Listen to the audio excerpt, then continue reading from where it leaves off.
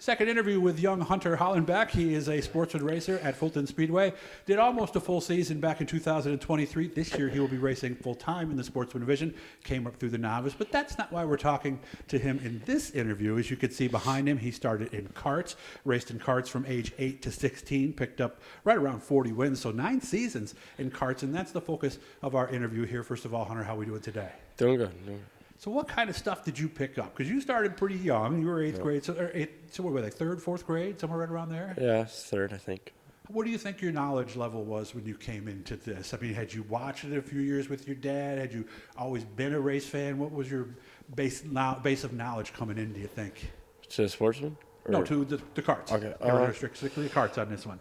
I didn't really know much about racing. I think just the year before that, I finally started going to races and fell in love with it first night. And kind of just a fan until I hopped in one.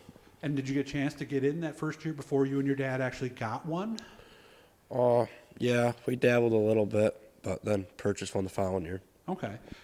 Now, how was that? What was that like? What was that decision making as you guys went into this? Because people might think, karts are not that much money, but it really is quite a commitment, isn't it? Yeah, that's probably one of the main reasons I got out of it. It's a lot of money. It's not cheap anymore. And it's a lot of work, and it's a lot of that. Was that a part of it that was surprising to you, or did you and your dad kind of know that it was going to be more than just hose the thing off and bring it back to the racetrack next week? Yeah, we were definitely in the shop all week and working on it constantly, always trying to get better, doing our homework. Is there a lot of help available in karts for some? And again, this is designed for some of you who may have thought about doing this with your kids but weren't sure what you're getting into. Is there a lot of help for the new teams when they come into karting? Yeah, we started with help. So the guy owned the cart, and we kind of just kept it at his place, and he really helped us out a lot. Then we eventually ventured off on our own, and then the results just kept getting better every year. What was the learning curve like the first few months, that first 2 years even? It was a lot. I mean, I was always getting told don't overdrive it, don't do all this, and definitely always just learning more and more every day. Were you, at that age, were you doing video games or anything that helped you, or were you just on the track with the cart? Was that the only time you were turning a wheel? Well, back then, YouTube was the best thing out there. You get the GoPro footage, you think it was the best thing in the world, and that's what we'd usually watch throughout the week, and there's no video games back then. I was never on that stuff. Okay, so you pictured yourself doing what they were doing and watching what their hands were doing and listening to the throttle. Did that help you get better quicker, do you think?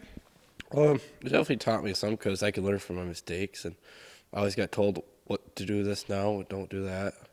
So definitely picked up tips and definitely helped me out. Did you start at one place, or did you go all over the place right away? I definitely started at one track, but first 3 races were 3 different tracks. Really? Yeah, so I definitely trying to skip over a little bit. Where did you go? We started at Moose, and then we started at West Amboy. No, started at Moose, then went to West Amboy, then Oswego. One of those tracks tougher or easier maybe for somebody who's getting started? I think Oswego was probably the hardest. That's first race was classic, so it was already hard enough. But everybody's there, right? So yeah. What looks tough to me, and again, I've only just fooled around in karts. I've never really done much with them. To me, Oswego looks tough because it looks like one big circle. Yeah, it definitely is. But there's straightaways once you get out there, but you're still turning the whole time. So it's like a Chicagoland. It's an oval, but you're still turning. What's Moose Mountain like? That's the place that's north of Brewerton Speedway, by the way. Sandy. It's there's not much clay there. It's okay. So you're sliding a lot. Yeah, there's definitely prepping the tires is basically minimal there, if not any. So, but it's a fun track, good people there, and it's a place where everybody knows each other. There's no dictator bullshit or anything like that. Okay.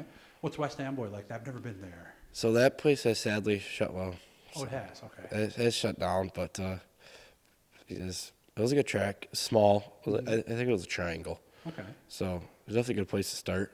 That's where I got my first win. So nice. It's always have a soft spot in your heart for that. Yeah. Weedsport, one of the bigger kart tracks around? Yeah, definitely bigger people-wise and money-wise. So how about the configuration? It's tough. It's going into turn 1 because you get sweeping back straight away, then a lot of speed, going in turn one, and it's hard. It's pretty hard. Going in turn one's easy, but coming off of two is where your mistakes will happen. Is it safe to say your experience in karts made the transition to a sportsman easier? Yes, How so? 100%. You had an idea how to work on cars. You know, kind of how to drive it, and other than how the car handles, you got to know everything about racing. Well, like what to do when the track slicks. Obviously, you got to back off and everything like that. Just it definitely helped a lot. Do you have radios in the karts? When I first started, no, but they eventually adapted to them to where like we were starting to use them every race, and so I was always used to that. Because there's a little getting used to that, isn't there? Yeah, definitely. Racing with headphones in is a lot different than not racing with headphones in. So, but now that's just a normal thing now. What would you say to somebody who maybe has a 6, 7, 8-year-old who would like to try this? What kind of advice would you give them on what to do and how to learn a little bit about it before they even invest in it? Find somebody that knows what they're doing. That's probably number one, and learn before you just get your own. Well, you can get your own equipment, but definitely learn and just don't try to take everything on your own. Okay. Maybe shadow a team. I know some people have Yes, done that. Go with them yes. for a night and kind of see. Did you guys do that? Yeah, I would say so. We definitely went to the races before we started racing and learned about what the car I was going to be driving first, and then jumped into that one. Okay. What are we looking at? I'm just looking for a guess here, a range. For a turnkey, although there is no key, but you know what I mean. Yeah. A cart that's ready to go. What are you looking at for an initial investment, like a high-low range? I would say you probably could get in one for as low as $1,000 if you really want to spend the money. You're probably looking at $5,000 for one, and that's just a cart. If you really want to be competitive, it's going to cost you a lot more than that. Okay. Would it be worth it to do that right away, or might it be best to just go on the lower side when you first get started, just to kind of get your feet wet and see if the young lady or gentleman might actually like it? It's probably Or you go in between? it's probably their preference, because if you want to win, you have to dump the money, sadly. But you can definitely learn without spending all the money. Okay. Again, there's a lot of people around who do this. If you're interested, leave something in the comments.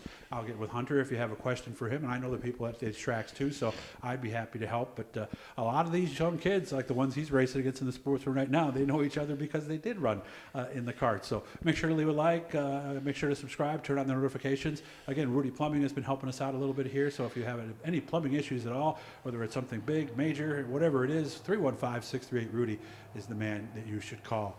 I wish you all the best. I'll make sure to keep following you this year. And for all you guys who are thinking about it, don't wait till they're 13 or 14. There's a lot of stuff they're going to learn in the earlier divisions, whether it's a kart, whether it's a microd, whether it's a quarter midget, anything like that. Hunter, I appreciate your time today. Good luck with everything. Thank you.